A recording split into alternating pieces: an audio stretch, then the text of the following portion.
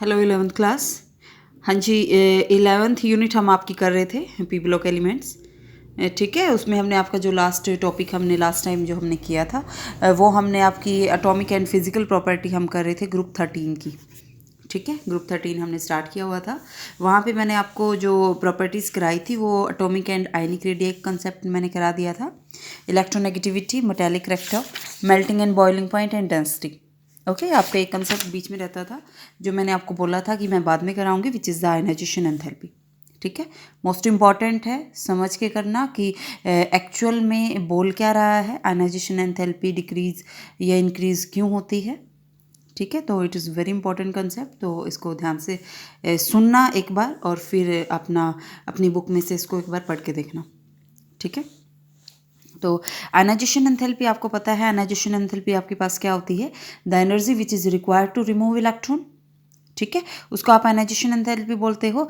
यदि हम कंपेयर करते हैं, हम अब पीरियोडिक टेबल में मूव कर रहे हैं फ्रॉम लेफ्ट टू राइट। ठीक है, आप ग्रुप 2 का कंपेयर कर रहे हो, ग्रुप 2 जो एल्कलाइन अर्थ मेटल्स थी उसका आप कंपेयर कर रहे हो with the P block elements जो ग्रुप 13 है उसके साथ। ठीक है, जर्नली हम क्या पढ़ते हैं, जर्नली हम पढ़ते हैं कि जब हम जो पीरियोडिक टेबल में लेफ्ट टू राइट मूव करते हैं तो साइज आपका डिक्रीज होता है। साइज के डिक्रीज होने से जो आयनाइजेशन एंथैल्पी की वैल्यू है वो आपकी इंक्रीज होती है। ठीक है, इंक्रीज होनी चाहिए क्योंकि एनर्जी की रिक्वायरमेंट ज़्यादा होगी इलेक्ट्रॉन को रिमूव करने के लिए। यदि साइज छोटा होगा तो यहाँ से आपको क्या पता लगा कि ग्रुप जो 2 है उसके कंपेयर में ग्रुप 13 का साइज आपका छोटा होगा।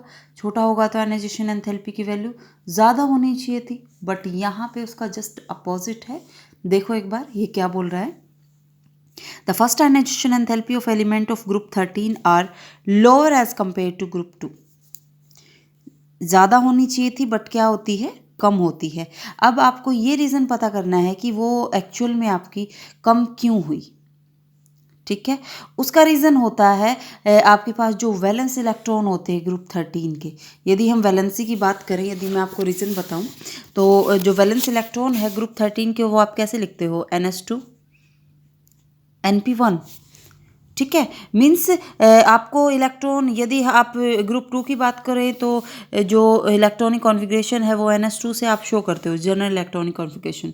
मीन्स देखो ये ग्रुप 2 की बात हम करें, ये ग्रुप 13 पे आप मूव ऑन कर जाते हो। तो ग्रुप 2 में यदि हमें इलेक्ट्रॉन को रिमूव करना है तो आप एस ऑर्बिटल आपका फुली फिल्ड है, मीन्स फुली फिल्ड में से आप इलेक्ट्रॉन को रिमूव कर रहे हैं, तो means you require lot of energy. ठीक है, तो यहाँ पे एनर्जी रिक्वायरमेंट ज़्यादा होगी, बट आप मूव करो ग्रुप 13 पे, इलेक्ट्रॉनिक कॉन्फ़िगरेशन देखो, यहाँ पे जो पी ऑर्बिटल है, पी ऑर्बिटल में आपका एक इलेक्ट्रॉन प्रेजेंट है, एस ऑर्बिटल आपका फुली फिल्ड है। आयनाइजेशन एंथैल्पी क्या होती है, energy required to remove electron.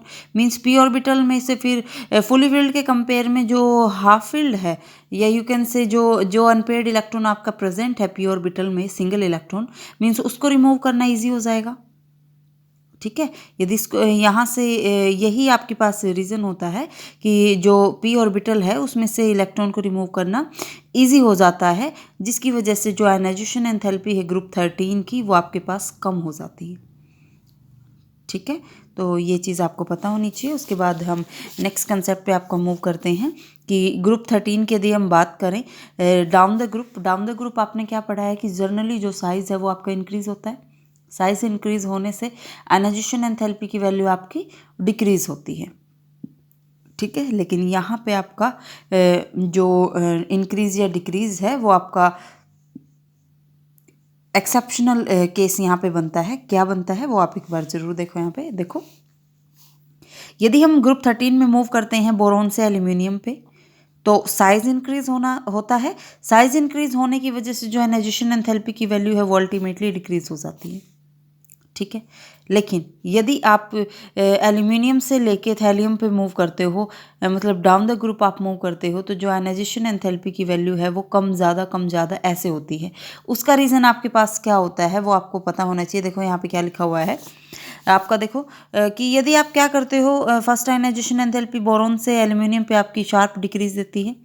ठीक है, लेकिन यदि आप एल्यूमिनियम से गैलियम पे मूव करते हो तो वहाँ पे आपका जो गैलियम की आयनाइजेशन एंथैल्पी है वो कुछ ज़्यादा होती है, सिर्फ 2 किलो जूल पर मोल। ठीक है, एल्यूमिनियम के कंपेयर में। थैलियम की जो आयनाइजेशन एंथैल्पी है वो बहुत ज़्यादा होती है एल्यूमिनियम से, गैलियम से और एनिडियम से। ठीक है, तो ये रीज़न आपको कंफर्म करना है कि ये एक रेगुलर ट्रेंड आने की बजाय इसमें वेरिएशन आपके पास क्यों आ रही है। ठीक है, वेरिएशन आपके पास आ रही हैं क्योंकि देखो आपके पास जो एल्यूमिनियम है, एल्यूमिनियम का जो एटॉमिक नंबर होता है, सॉरी जो गैलियम है, गैलियम का एटॉमिक नंबर आपके पास 31 होता है। 31 होगा तो इसका रीज़न क्या कि जो गैलियम है वो आपका डी एंड एफ ब्लॉक जो एलिमेंट होते हैं 21 से 30 के बाद मतलब डी ब्लॉक एलिमेंट के बाद में प्रेजेंट होता है। इस चीज़ का मीनिंग क्या हुआ कि आपके पास गैलियम में डी ब्लॉक प्रेजेंट है, डी ब्लॉक एलिमेंट प्रेजेंट है। यदि आप थैलियम पे फर्दर मूव करते हैं तो उसमें डी एंड एफ जो ब्लॉक है वो दोनों के दोनों आ जाते हैं। ठीक है, ये डी एंड एफ ब्लॉक जो एलिमेंट होते हैं, मैंने आपको पहले भी बताया था, स्क्रीनिंग इफेक्ट इनका कम होता है। स्क्रीनिंग इफेक्ट कम होने की वजह से आपके पास क्या होता है, ये इनका स्क्रीनिंग इफेक्ट कम होता है तो मीन्स जो आउटर मोस्ट इलेक्ट्रॉन है वो आपका न्यूक्लियस की तरफ अट्रैक्ट रहता है। टाइटली जो न्यूक्लियस है वो होल्ड करके रखता है आउटर मोस्ट इलेक्ट्रॉन को। ठीक है, अब उसको यदि आपको रिमूव करना है तो you require a lot of energy. ठीक है, तो ये आपके पास रीज़न होता है कि जो स्क्रीनिंग इफेक्ट है D and F block element का वो आपके पास कम होता है। वो शील्ड नहीं, आपके पास शील्ड नहीं कर पाते वैलेंस इलेक्ट्रॉन को। ठीक है, जिसकी वजह से आपके पास जो एनर्जी है उसकी रिक्वायरमेंट आपको ज़्यादा होती है टू रिमूव इलेक्ट्रॉन। ठीक है, तो यही रीज़न आपके पास यहाँ पे देखो जो ये ट्रेंड है आयनाइजेशन एंथैल्पी का, वो बोरोन के केस में सबसे ज़्यादा होती है क्योंकि बोरोन का साइज़ आपका सबसे स्मॉल होता है। उसके बाद थैलियम, फिर आपके पास गैलियम होता है, फिर एल्यूमिनियम, फिर इनिडियम। तो ये रीज़न आपने याद रखना बेटा। इसका जो है ये किस वजह से हुआ, ये सिर्फ जो स्क्रीनिंग इफेक्ट होता है उसकी वजह से होता है। ठीक है, तो उसके बाद आपका जो ये आपकी एटॉमिक एंड फिजिकल प्रॉपर्टी का जो कंसेप्ट है वो आपका यहाँ से फिनिश हो चुका है। ठीक है, यहाँ से आपने जो नेक्स्ट कंसेप्ट करना है वो आपका केमिकल प्रॉपर्टीज़ का आता है। ग्रुप 13 की केमिकल प्रॉपर्टीज़ आपने स्टडी करनी है। तो सबसे फर्स्ट केमिकल प्रॉपर्टी हम ऑक्सीडेशन स्टेट को देखते हैं। सेकंड हम फिर जो रिएक्टिविटी है, केमिकल रिएक्टिविटी, उसको हम स्टडी करेंगे।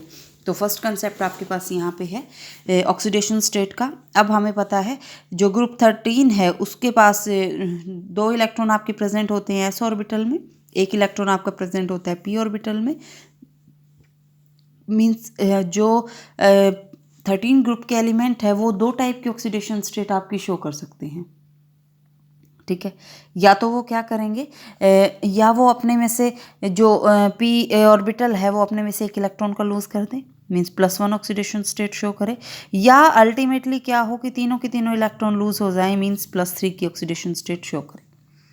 ठीक है, तो जितने भी एलिमेंट है वो एक्सपेक्टेड ऐसे होते हैं, एक्सपेक्टेशन उनसे ऐसे की जाती है कि ऑक्सीडेशन स्टेट आपकी +3 की भी वो शो कर सकते हैं, +1 की भी वो शो कर सकते हैं। ठीक है, तो यदि हम +3 की बात करें तो बोरोन एंड एल्यूमिनियम जो है वो आपके पास जनरली +3 की ऑक्सीडेशन स्टेट शो करते हैं। बट डाउन द ग्रुप यदि आप मूव करते हो, इनर्ट पेयर इफेक्ट होता है। इनर्ट पेयर इफेक्ट की वजह से आपके पास जो ऑक्सीडेशन स्टेट है वो +1 एंड +3 दोनों आपके पास हो सकती है। ठीक है, बट क्वेश्चन यहाँ से ये बनता है कि जब आप डाउन द ग्रुप मूव करते हैं तो +3 ऑक्सीडेशन स्टेट आपके पास डिक्रीज़ होती है और +1 की जो स्टेबिलिटी है वो इंक्रीज़ होती है। ऐसा क्यों? ऐसा रीज़न सिर्फ इनर्ट पेयर इफेक्ट की वजह से ही होता है। ठीक है, यदि आपसे कोई यहाँ से क्वेश्चन पूछ लेता है कि why the stability of +3 oxidation state decrease down the group, तो उसका रीज़न एक ही आपके पास आता है, that is due to the inert pair effect. Okay, तो ये आपको पता होना चाहिए। इनर्ट पेयर इफेक्ट की वजह से एक होता क्या है, इनर्ट पेयर इफेक्ट, कि जो आपके पास इनर ऑर्बिटल है they do not participate in the bond formation.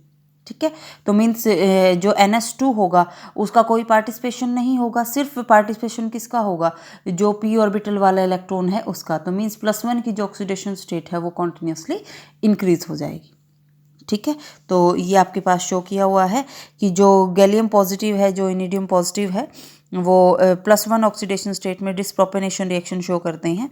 तो ये जो रिएक्शंस है ये एक बार ज़रूर देख लेना, किस ऑक्सीडेशन स्टेट में दोनों डिसप्रोपेनेशन रिएक्शन शो करते हैं। मीन्स डिसप्रोपेनेशन बता चुकी हूँ मैं, सेल्फ ऑक्सीडेशन रिडक्शन को आप बोलते हो, ठीक है। अब यहाँ से क्वेश्चन मैं आपको बताती हूँ कि यदि हम यहाँ पे बात करें थैलियम 3 पॉजिटिव सॉल्ट की, तो आपसे क्वेश्चन यहाँ से पूछा जाता है कि थैलियम 3 पॉजिटिव जो सॉल्ट है they act as strong oxidizing agent, why, ठीक है। स्ट्रॉन्ग ऑक्सीडाइजिंग आपके पास के एजेंट क्या होते हैं? स्ट्रॉन्ग ऑक्सीडाइजिंग एजेंट क्या होते हैं? जो ऑक्सीडेशन करते हैं, ठीक है, जो ऑक्सीडेशन कराते हैं। ऑक्सीडेशन कराने का मीनिंग क्या? कि लॉस ऑफ इलेक्ट्रॉन कराते हैं, मीन्स खुद गेन करते हैं। ऑब्वियसली जो थैलियम है वो आपका सबसे लोएस्ट एलिमेंट होता है ग्रुप 13 का। हमें पता है कि थैलियम की +1 ऑक्सीडेशन स्टेट आपकी ज़्यादा होती है।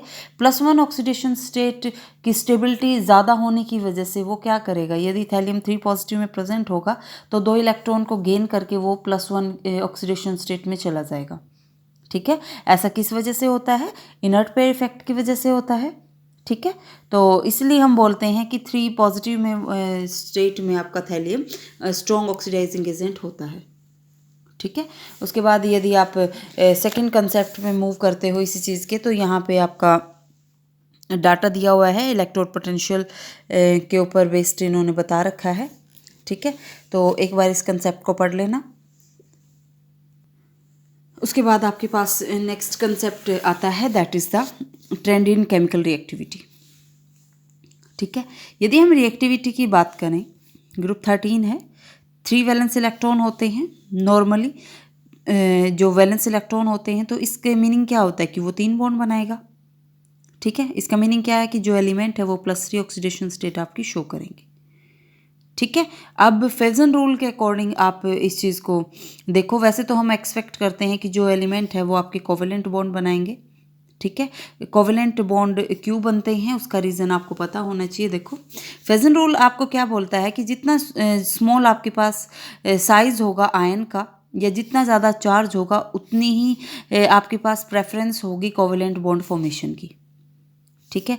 या आप क्या करते हो, +3 ऑक्सीडेशन स्टेट आपने लानी है, मीन्स फर्स्ट आयनाइजेशन एंथैल्पी को आप सम अप करते हो। यदि उसकी वैल्यू ज़्यादा हुई आयनाइजेशन एंथैल्पी की, तीनों को सम अप आपने किया तो वैल्यू यदि हुई ज़्यादा, इसका मीनिंग क्या हुआ कि जो बॉन्ड है वो कोवेलेंट बनेगा, ठीक है। इलेक्ट्रोनेगेटिविटी वैल्यू की यदि हम बात करें तो ग्रुप 13 की ज़्यादा होती है as compare to +1 and +2, sorry as compare to group 1 जो alkali metal and alkaline earth metal है उनके कंपेयर में, ठीक है। इसका मीनिंग यहाँ पे क्या हुआ? इसका मीनिंग यहाँ पे हुआ कि जो ये एलिमेंट है ये किसी दूसरे एलिमेंट के साथ रिएक्ट कर सकते हैं जिनकी इलेक्ट्रोनेगेटिविटी वैल्यू आपके पास, जिन दोनों ऐसे एलिमेंट जिनसे ये कंबाइन करे तो इलेक्ट्रोनेगेटिविटी डिफरेंस आपका कम होना चाहिए। यदि इलेक्ट्रोनेगेटिविटी डिफरेंस कम होगा तो मीन्स जो बॉन्ड है वो क्या बनेगा? कोवेलेंट बनेगा, ठीक है। अब क्वेश्चन यहाँ से पूछा जाता है कि जो बोरॉन है वो कोवेलेंट बॉन्ड फॉर्मेशन करता है, उसका रीज़न आपके पास क्या होता है कि boron does not form ionic compounds, why, ठीक है। तो यहाँ से आपका क्वेश्चन बनता है, उसका रीज़न आपके पास सिर्फ एक ही होता है कि क्योंकि जो आपका बोरॉन है उसका साइज स्मॉल होता है, और जो यदि हम सम करें आयनाइजेशन एंथैल्पी का तो वो वैल्यू आपके पास बहुत ज़्यादा होती है, ठीक है। तो मीन्स आपके पास जो बोरॉन है वो तीनों इलेक्ट्रॉन आपके लॉस करने में मुश्किल होती है, उसको B3 पॉजिटिव आयन बनाने में। यही रीज़न है आयनाइजेशन एंथैल्पी की वैल्यू ज़्यादा होने की वजह से कि वो आयनिक बॉन्ड नहीं बना पाता, ठीक है। तो वो सिर्फ शेयरिंग कर पाता है अपने वैलेंस इलेक्ट्रॉन की, ना कि आयन में कन्वर्ट हो पाए, ठीक है। तो यही रीज़न है आपका कि जो बोरॉन है वो जनरली आपके कोवेलेंट कंपाउंड्स ही बनाता है। यदि हम एल्यूमिनियम की बात करें तो एल्यूमिनियम की लिटिल टेंडेंसी होती है आयनिक बॉन्ड फॉर्म करने की, लेकिन स्ट्रॉन्ग टेंडेंसी वो भी आपका जनरली बनाता है सिर्फ कोवेलेंट बॉन्ड ही, ठीक है। यदि आप उसके बाद यदि आप मूव करते हो डाउन द ग्रुप जो भी एलिमेंट है वो मेटल आयन फॉर्म कर सकते हैं सॉल्यूशन में, ठीक है। यहाँ इसका रीज़न आपके पास क्या होता है, यहाँ आपका जो नेचर है, मीन्स डाउन द ग्रुप यदि आप मूव करोगे तो जो बॉन्ड है वो कोवेलेंट से आयनिक की तरफ मूव कर जाता है एक्वस सॉल्यूशन में, ठीक है। एक्वस सॉल्यूशन की बात हो रही है तो यहाँ पे जो इसका रीज़न आपके पास क्या होता है आयनिक बॉन्ड बनाने का, क्योंकि जो एक्वस सॉल्यूशन में जो हाइड्रेशन एंथैल्पी है वो ज़्यादा हो जाती है एनाइजेशन एंथैल्पी से। तो जो हाइड्रेशन एंथैल्पी है वो आपके पास एक्सीड कर जाती है, कंपनसेट कर जाती है as compare to ionization enthalpy. इस वजह से हम बोलते हैं कि जो डाउन आपके पास एलिमेंट है they have a little tendency to form ionic compounds. ठीक है, तो इस चीज़ को आपने याद रखना है। तो जो यही हमने पढ़ा भी है, down the group +1 oxidation state आपकी ज़्यादा स्टेबल हो जाती है। तो मीन्स जिन एलिमेंट जो आपके कंपाउंड बनाते हैं जिनमें ऑक्सीडेशन स्टेट +1 है वो ज़्यादा आयनिक होते हैं एज़ कम्पेयर टू +3। ठीक है, तो उसका रीज़न मैंने आपको बता दिया कि ऐसा आपके पास क्यों होता है। ठीक है, नेक्स्ट यदि आप मूव करते हो नेक्स्ट कंसेप्ट पे, ट्राइवेलेंट स्टेट में आपके पास जो कोवेलेंट कंपाउंड है यदि हम हाइड्रोलिसिस उनकी कराते हैं तो वो आपके टेट्राहेड्रल स्पीसीज फॉर्म कर सकते हैं। ठीक है, तो मीन्स जो हाइब्रिडाइजेशन है टेट्राहेड्रल में वो आपकी sp3 हो जाती है। ऑक्टाहेड्रल स्पीसीज भी बना सकते हैं, means MH2O6 type, means hybridisation sp3d2 हो जाती है। एग्जाम्पल कौन से ऐसे होते हैं जो बना सकते हैं, BCl3 की यदि आप हाइड्रोलिसिस करते हो तो BCl3 आपका BOH4 टाइप की स्पीसीज बना सकता है। ठीक है, तो यहाँ से आपका क्वेश्चन बन जाता है कि जो बोरोन है वो अपना जो कोवेलेंसी है वो 4 से एक्सटेंड क्यों नहीं कर पाता। ठीक है, तो why boron does not expand its covalency beyond 4। उसका रीज़न एक ही होता है, क्योंकि बोरोन के पास डी ऑर्बिटल प्रेजेंट नहीं होता। डी ऑर्बिटल की एब्सेंस होने की वजह से वो अपने जो ऑर्बिटल है उसको एक्सपेंड नहीं कर पाता। हालांकि जो एल्यूमिनियम है उसके पास डी ब्लॉक प्रेजेंट होता है तो वो अपने जो ऑर्बिटल है उसको एक्सपेंड कर लेता है एंड आपके पास ऑक्टाहेड्रल स्पीसीज बना देता है। ठीक है, लेकिन बोरोन आपका नहीं बना पाता। तो क्वेश्चन है ये क्यों नहीं बना पाता वो आपने याद रखना है। ठीक है, अभी मैंने बताया था कि 3 बॉन्ड बनाते हैं बेसिकली जो आपके पास ग्रुप 13 के एलिमेंट हैं। 3 बॉन्ड बनाएंगे तो मीन्स जो सेंट्रल एटम है उसके पास वैलेंस इलेक्ट्रॉन टोटल 6 होंगे, फिर 6 होंगे। अब ऑक्टेट स्टेबिलिटी के लिए ऑक्टेट कंप्लीट होना चाहिए, मींस 8 इलेक्ट्रॉन होना चाहिए। बट जो भी ट्राइवेलेंट स्टेट में जो ग्रुप 13 के कंपाउंड होंगे उनके पास 6 वैलेंस इलेक्ट्रॉन होंगे। इसलिए हम बोलते हैं ग्रुप 13 के जो कंपाउंड्स होते हैं दे आर इलेक्ट्रॉन डेफिशिएंट। ठीक है, इलेक्ट्रॉन डेफिशिएंट होंगे तो ल्यूइस एसिड की तरह वो बिहेव करते हैं। ल्यूइस एसिड क्या होते हैं, जो इलेक्ट्रॉन पेयर को एक्सेप्ट कर पाएँ। ठीक है, तो यदि जैसे BCl3 यहाँ पे दिया हुआ है, BCl3 बोरोन के 3 इलेक्ट्रॉन 3 क्लोरीन से आए हैं, टोटल हो गए 6। तो BCl3 आपका अमोनिया से, यहाँ पे अमोनिया दिया हुआ है, अमोनिया ल्यूइस बेस की तरह एक्ट करता है, BCl3 ल्यूइस एसिड होगा। तो बेस से एसिड इलेक्ट्रॉन एक्सेप्ट करके एक अडक्ट की फॉर्मेशन कर देगा विच इज़ BCl3NH3।